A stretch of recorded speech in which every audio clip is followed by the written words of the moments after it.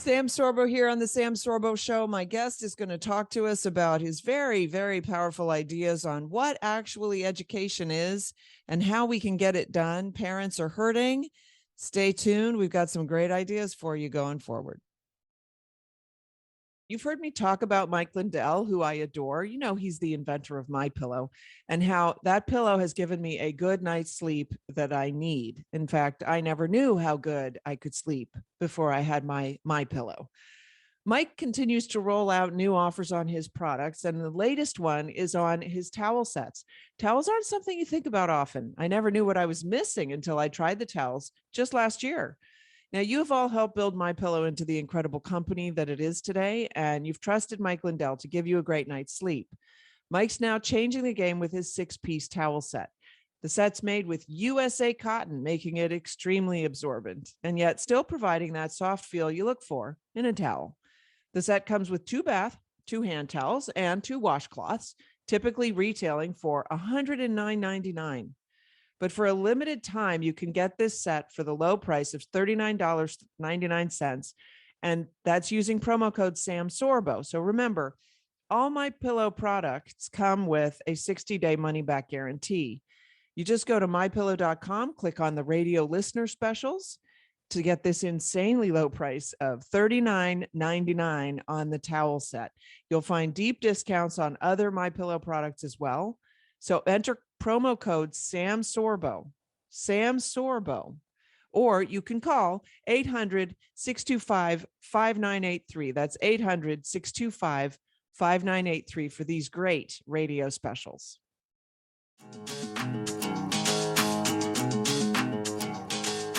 Hi there. Welcome to the Sam Sorbo Show. Oh, you're getting a peek at my next guest. Dr. Brian D. Ray is president of the National Home Education Research Institute. So you know he's a friend of mine. And he's internationally known for all of his education research that focuses on home education. I don't call it homeschooling, home-based education, home learning, self-teaching, autodidactism. There are lots of words for it. What we don't want to call it is schooling, because that's not what it is. And so welcome to the program, Dr. Ray.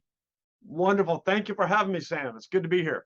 Yeah, he comes to us from the great state of Oregon, and Oregon. he eats a lot of granola, I'm told. Yeah, granola, goat yogurt, wild bear, and elk and deer. How's that? Okay, so let's start. I want to start sort of a broader picture, but then I want to dive in. I think that we're on a precipice of a revolution, and that's why I reached out to you initially. We had a really great conversation. We are very much aligned in our views, and I think that if we coalesce, there are many people that are working in this vein in various aspects of this type of vein, but we're sitting really on a precipice of revolution in the United States. And the revolution that I'm referring to is the one that's going to take place in people's minds as we move forward. Before we do that, or actually maybe as a corollary to that, or as a pre conversation to that, is what is education?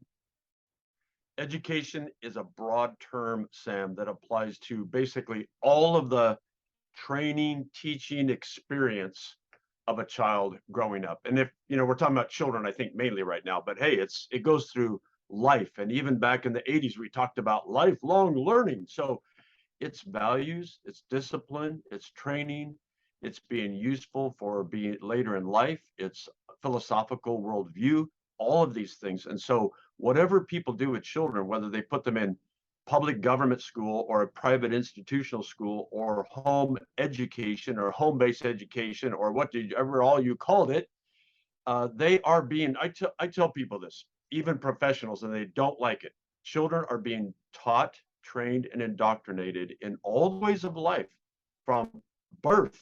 And some people believe before birth. So it's a very broad term of a holistic understanding of human beings and what they learn and how they change over time. In fact, can you prevent a child from becoming educated? No, I think that's wonderful, Sam. I'm so glad that you're thinking philosophically, because I've heard people say, well, we've got to have compulsory education laws. No, we don't. You cannot stop people from learning. Can you imagine telling the natives in the Amazon jungle, that they have to be compelled to learn. They already learn. They do learn. So, In fact, whether there's it's this, there or here. Yeah. right. There's a meme that I reference often, and it's the kid doing the dishes. And in the first thing, he's like whistling and he's happily doing the dishes because he thought of doing the dishes himself. But in the second scene, he's grumbling and he's angry and he's breaking dishes because his mom asked him to do the dishes Yeah. It's or very told true. him to do the dishes, I I suppose, mean, right? there are a lot of things involved there. I mean, there's the idea of people being interested in doing and learning. There's the element of what is the nature of man, humans, whatever.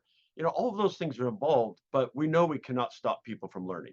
It's just Right. you cannot stop them. And when we start saying we have to have compulsory education or compulsory attendance, all of a sudden we put the civil government in the authority over that teaching, training, and indoctrination, rather than, a very different philosophical perspective is the parents and the family in freely chosen associations. In fact, isn't compulsory education, isn't the compulsory part of that slavery? It's a little bit, it's a bit of a conundrum. It's a paradox. I mean, as soon as you say compulsory, I mean, I know we have a lot to get into, but let's think about this for a minute. I think it's very important to have an historical perspective. For thousands of years, people learned, and most of it was parent-led, home-based education. Zoom fast forward to back in 1954 in the state of Oregon. Isn't this fun? State of Oregon. There was a government imposed law that all children had to be in government schools. You could not attend private school. You could not attend private secular, private Christian. You could not home educate. And that was motivated by bigotry and racism and the KKK and other people like that. Most people have no idea of that. It was all about forcing children to be in one form of schooling, government controlled schooling, to indoctrinate them in a philosophical religious worldview. Which It's one?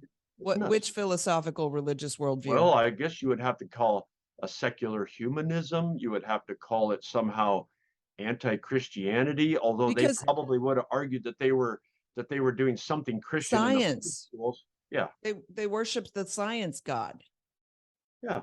It's been going on for a long time. I mean, and I think So, is when we there look at such a the thing as a school that isn't religious? no, I think absolutely every not. school's religious. It's there's no school system, there's no school, there's no form of education that is not religious. And this is something else that it really bothers a lot of secularists, and it bothers a lot of professors of education, a lot of professors, period. They don't want to think that they're religious, but we all are, Sam. I mean, every one of us has a worldview with an epistemology, an axiology, a metaphysics that has values and beliefs that drive us and assumptions that drive us. So all schooling is religious. You can't get away from it. You absolutely cannot get away from it. In fact, indoctrinate actually means to put your doctrine into somebody else, and your Sure, doctrine is your religion. sure. And that's indoctrination is not necessarily a bad or evil thing. All parents do it all over the world. Parents do it. Schools do it. Businesses do it. Starbucks does it. Is that They're there's a always that doing it. reminds me of a song. Schools do it. No. I don't get it. There's what's that one? The school's out forever and the Yes, brick, one brick brick in wall. it, whatever that one is. I know that one. Hey, but on this idea, I just wanted to give you two quick quotes so people don't think we're making up stuff here, because we're looking at the news and we hear about parents upset about CRT and the next sex education curriculum, and they're always upset about some new thing, right? But listen to this. This goes way back in the beginning of our government-run schools in America. This is John Dunphy. He said, "I'm convinced the battle for humankind's future must be won and waged in the public school classroom, dotted blah, blah, blah, with the teachers as the proselytizers of a new faith, a religion of humanity that recognizes blah, blah, blah, blah, blah." So he knew it was religious. Not long afterwards, John Dewey, many of us know that name. He's one of the most famous philosophers in America, 1859 to 52. Every teacher should realize he is a social servant set apart. Get this, for the maintenance of the proper social order and the securing of the right social growth. One more sentence.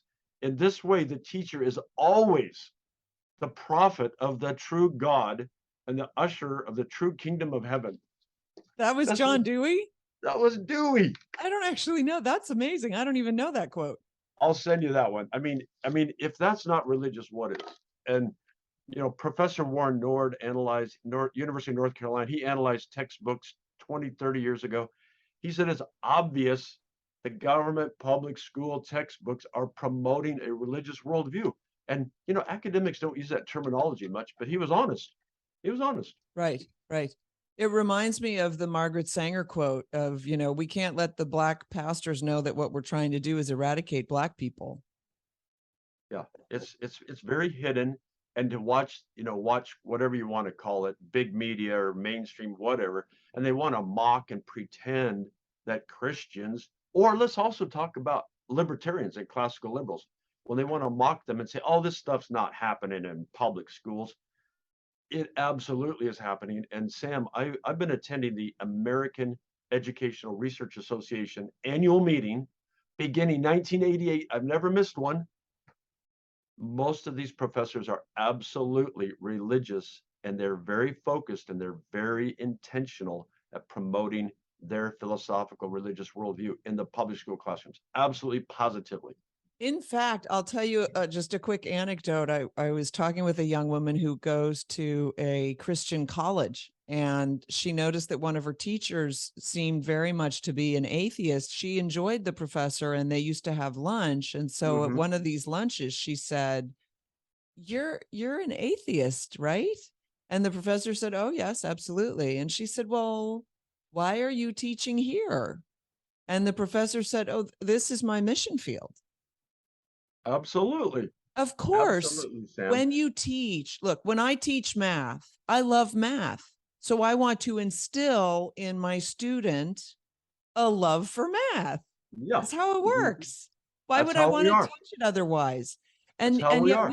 we've been sort of inured to, I don't know what the word is, but it's sort of grandfathered. We've been grandfathered into this system. Our parents went to this system. Their parents Yes. went through the system, and it worked out just fine for me. Exactly. Why? Because they taught us that we knew stuff. They taught us that the stuff that we knew was adequate. And so we feel adequate. So why wouldn't it be adequate for my children? Or we feel exceptional. So why wouldn't it be exceptional for our children, or something along those lines? And that's why I try to break people out of that sort of thinking, because you can very clearly see today, and this is the big window that I see in front of us, or door. I mean, it's a gaping doorway for us to barge through the indoctrination that's happening in the schools now, that is very clearly pornography, sex trafficking, grooming of children. It's very clearly child abuse, right? And the parents are taking a step back and going, well, that's not what I signed up for. And so then you have to take a step back and start to impeach everything that you learned. Yes, yes. And you have to go back now, Sam. What I explain this as, when they see I call it the next iteration of the big bad sex ed program, or the next iteration of the anti-phonics way to learn reading, or whatever the the new initiative is. It's every 5-10 years. But parents focus on these things that are more obvious and more egregious. That's the tip of the iceberg.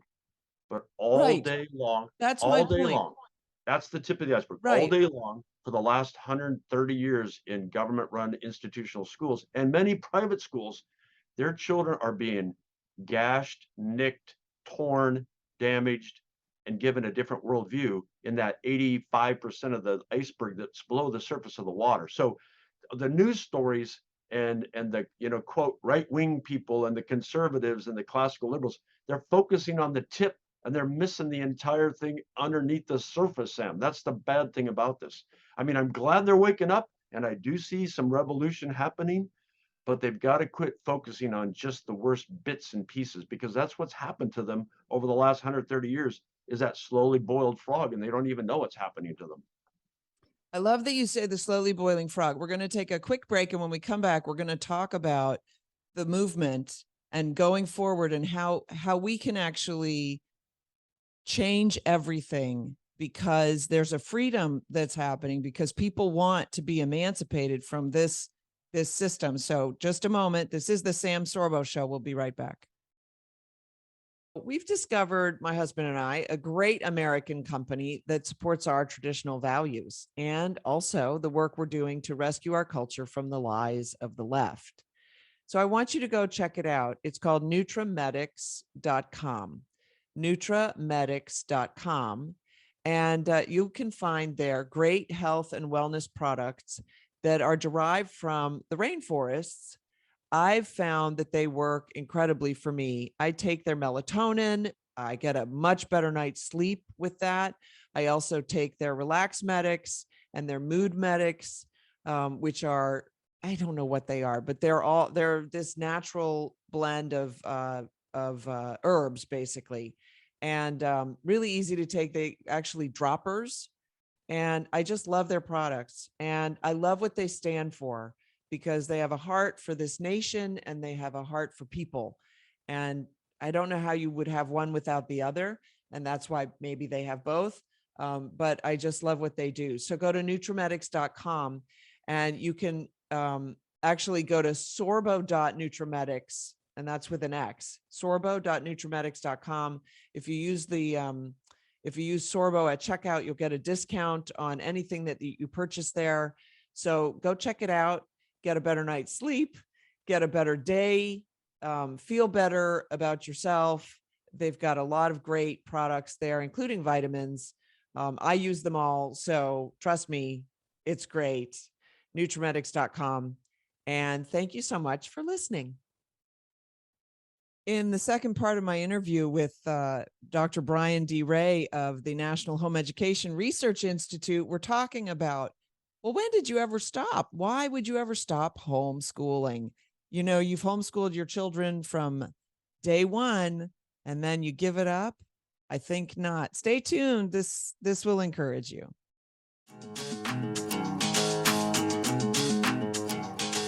All right, welcome back. My guest, as you can see, is Dr. Brian D. Ray. He's coming to us from the National Home Education Research Institute.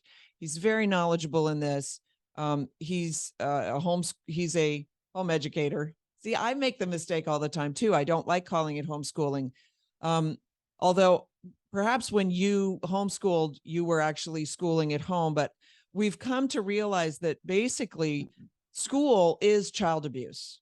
That's really what school is. And I don't say that lightly, but I do say it with conviction. Okay. What we're seeing now in the schools is very clearly child abuse. But what we weren't paying attention to, and this is what you alluded to before the break, is that this child abuse has been going on for decades. I suffered under it. I just didn't quite realize that in a sense, it was abusive to me. I've talked to too many people who feel incompetent, and I tell them, you feel incompetent because you were taught to feel incompetent. And I say, Brian, at this point, that the school's sole competency, the one thing that they're really good at, is making you feel tiny, making you feel incompetent, making you feel incapable. I think I stole this from somebody. It's a cult of professionalism that says, this cult of professionalism basically says you have to have at least a 2-year associate's degree to glue together 2 plastic PVC pipes and put them a foot under the ground in your front yard for a sprinkler system. That's ridiculous. You could go down to Home Depot and they'll teach you in about 1 hour how to do it, or you can get on YouTube and they'll teach you in about 7 minutes how to do it, Sam. But the whole system tells you you're incompetent. You cannot buy the blue glue and the cleaner. You cannot glue them together, and you've got to have a license or some kind of thing from the civil government to do it. It's the same thing with education. You've been out working in the yard. Is that what I'm taking from that? Exactly. And I mean, it's the same thing with education. This is the trouble that we're in right now. Is we are in a climate and a culture of trust the expert, which is what we're taught in school. Don't ask, don't try, don't think. Those are the main lessons of our education, of our quote unquote education system. That's the opposite of education. And so now we are just a society of trust the expert. In other words, don't make me think about it. Just tell me what to do. And if I don't know what to do, I will call somebody who will either come do it for me or tell me what to do. And Mhm. that is not the American way. This country was founded by home educated individuals who got her done. They just Yes. get up and they get it done. And ask, what was Benjamin Franklin? Oh my gosh, he was a ton of different things. He was an inventor, he was a publisher, he was a diplomat, he was a statesman, he was Mhm. right. He just, the list goes on and on. These aren't On and on. people who went to a school to learn a trade, to do, or a career, to have one career. And that shouldn't be who we are. No. And as we're losing that self identity, the reason that we've lost that identity is because of the schools, right? It's a think about it this way. We had all of these long before institutional schools were the norm, which by the way, was not the majority of American children until 1900. That's not very long ago. And even then, Sam, it was only a few months per year for a few hours per day. But before that, long before that, in America, in the colonies and other nations, we had inventors, artists, writers, blacksmiths, candlestick makers, businessmen, businesswomen. We had everything before institutional schools, and people need to remember that this is a blip in history, this institutionalization of people, telling them that they got to go somewhere for 6 hours per day with 20 children, 25 children plus or minus 11 months their age, and an expert who was trained at a mostly government run university.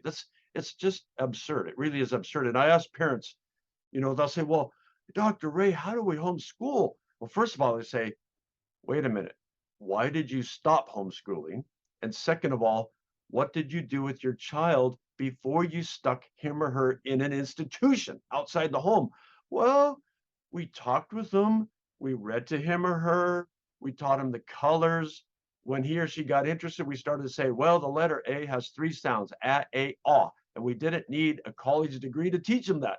And you start taking people through step by step by step, Sam, and the light starts going on. Oh my, I can do all that without a teaching degree and without having gone to university.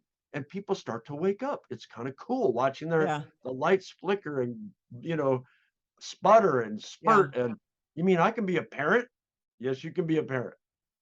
So I wanted to talk to you about the movement, but I think I want to take this into a slightly different direction instead, because um, I had something happen last night. And so it's given me kind of a big idea that I'm working on. So schools teach us that they are all about college prep and career readiness. And they've convinced us that our focus for our children should be college prep and career readiness, because isn't our highest desire for our children is to just produce money?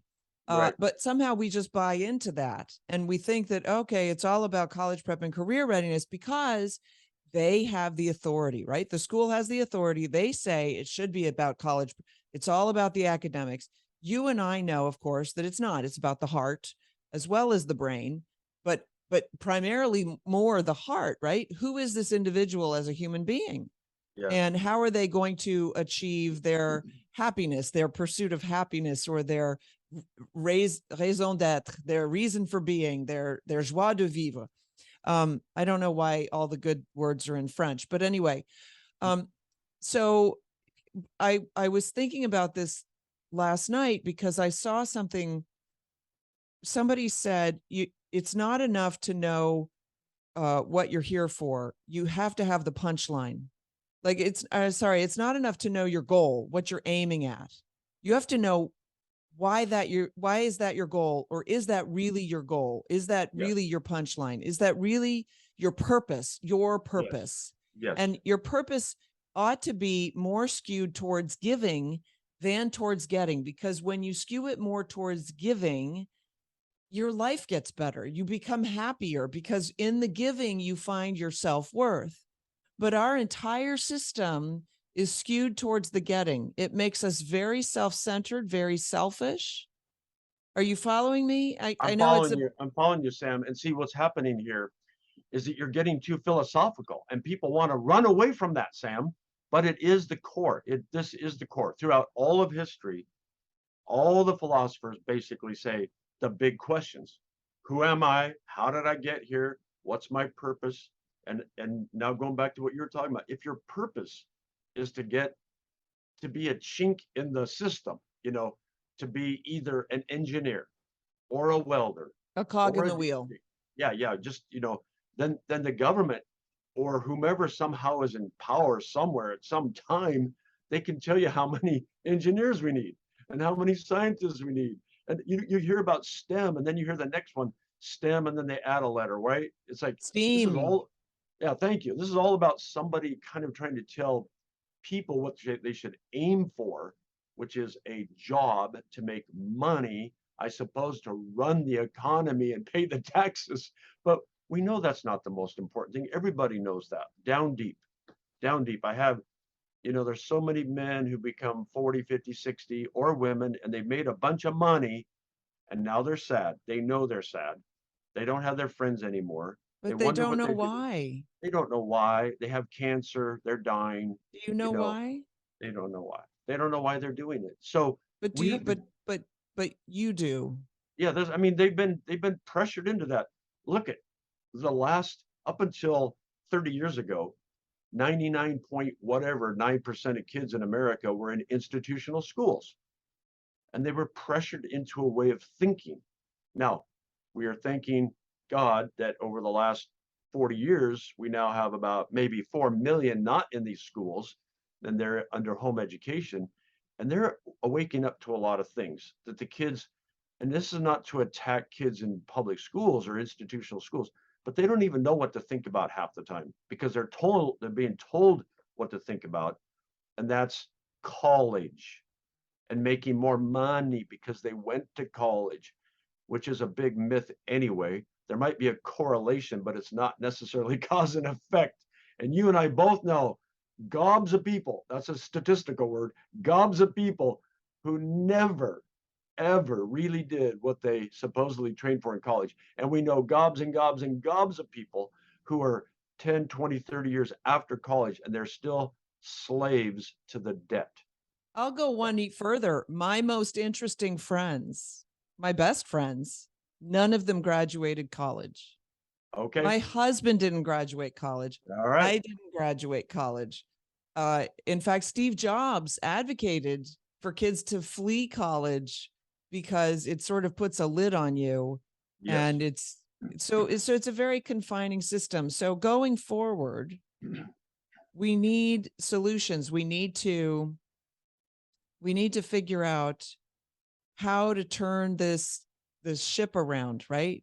And I think that there's some messaging that we can put out into the culture based on what's happened in the schools recently, based on all of the information that's come out now about the indoctrination into this horrible, horrible new worldview of gender confusion that we can see is detrimental to children.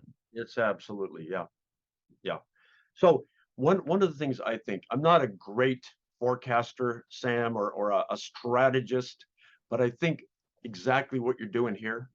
We need we need a bunch of people like you doing this. This is how the word gets out. It's not going to get out through other places, other venues. It's going to get out through people like you. And we need to let people understand some of these core things in a way that's, you know, feasible, that's graspable, the freedom space of home-based education, not being under, I mean, let's just be blunt and say it, not be under the teaching, training, and indoctrination of government schools and government school agents. That's not what we want. I mean, we have to use I believe we need to use blunt language, even though we need to be kind about it. We need to be very clear about what's going on and I not let don't, people off the hook. kindness doesn't like, I'm kind to people, but I don't have to be kind to words. What they're doing You don't have in our to. government school is enslavement. And it's The, great. the We look at, reason that the yeah, reason go that ahead. parents are afraid to bring their kids out of the school is because they're enslaved.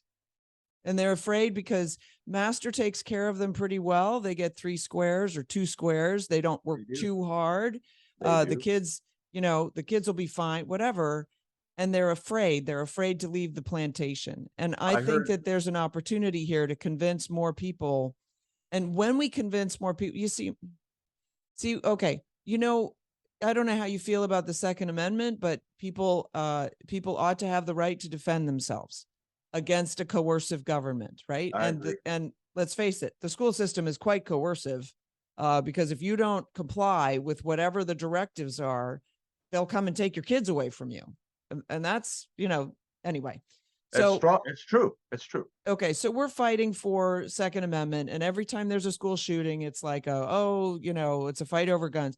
We've already lost the Second Amendment because they're teaching gobs, and that's a scientific term, Yeah. of children, young children, to never, ever, ever, ever touch a gun. Guns are Yes. very, very bad. And you hit the There's nail right there, Sam. Okay, right, so parents, you've got maybe friends of you and me, and I talk about this and write about this a lot. They profess to be conservatives.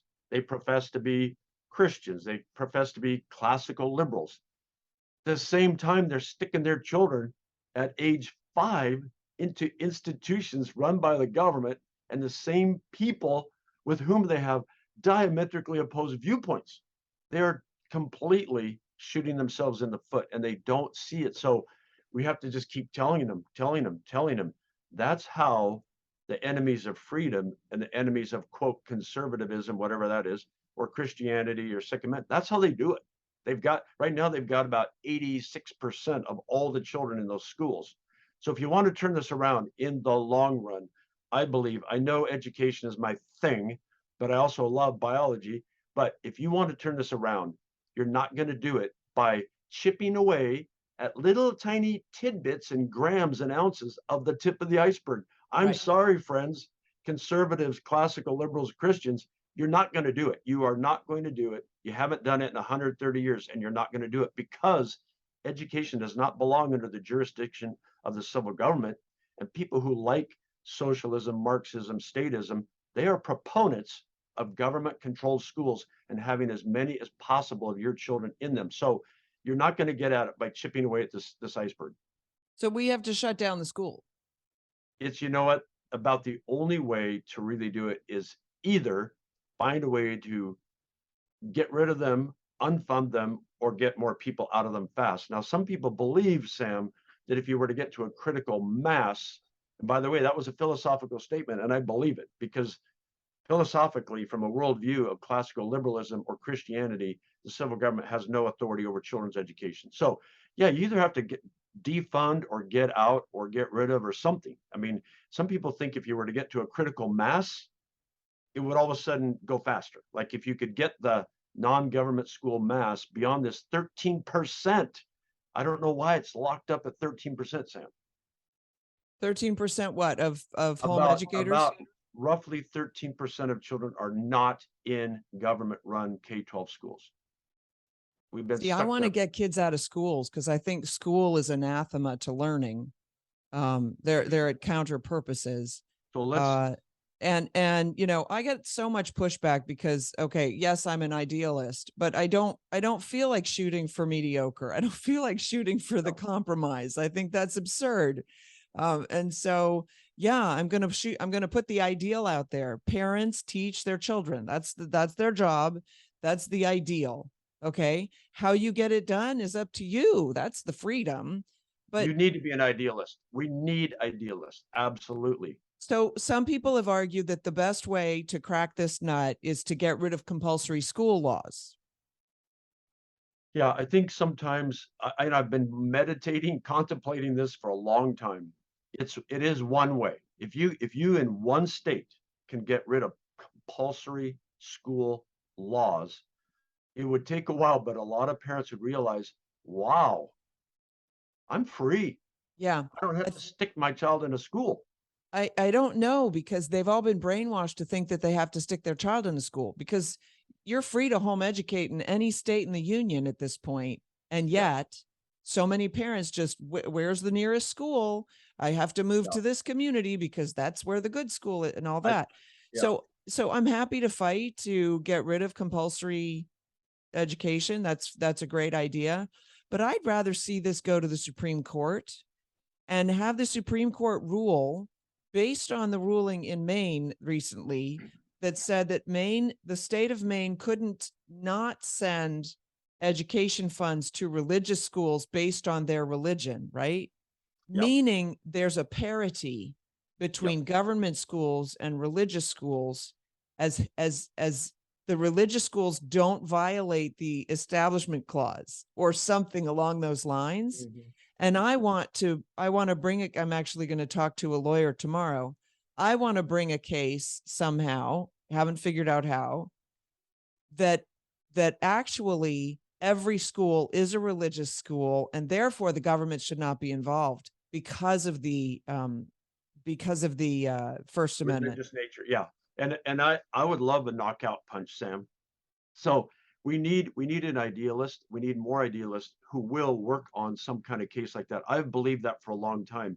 And there are people who are the classical liberals and the Christians who have argued this for many decades, that all schooling is religious. So if we could get that to the Supreme Court and get the knockout punch, that would be incredible. Well, Because their decision on Coach Kennedy that he was allowed to pray yes, is like a great opening. They're certainly receptive. I think there might be something there. I don't know. In the meantime, there's still this revolution that's happening in the minds yes, of parents that are saying, okay, I know I need an education because I was taught that my kids need an education, a schooling, yes, but that's not what it is. yes. It Yeah, doesn't look like that. And so there's an opportunity there to try to minister to those parents and say, you know what? It doesn't look anything like that. There's freedom when you're outside the system. yes. So I'm hoping to make inroads there too. I really I'm appreciate glad. all the work that Neri does and that you do. Thank you. I'm glad you're Um, saying that when these, the media call, like, well, Dr. Ray, what would you tell homeschool parents or people thinking about it? And they think I'm going to come up with some amazing, incredible formula. And I say, this is what I've been saying for years now, Sam.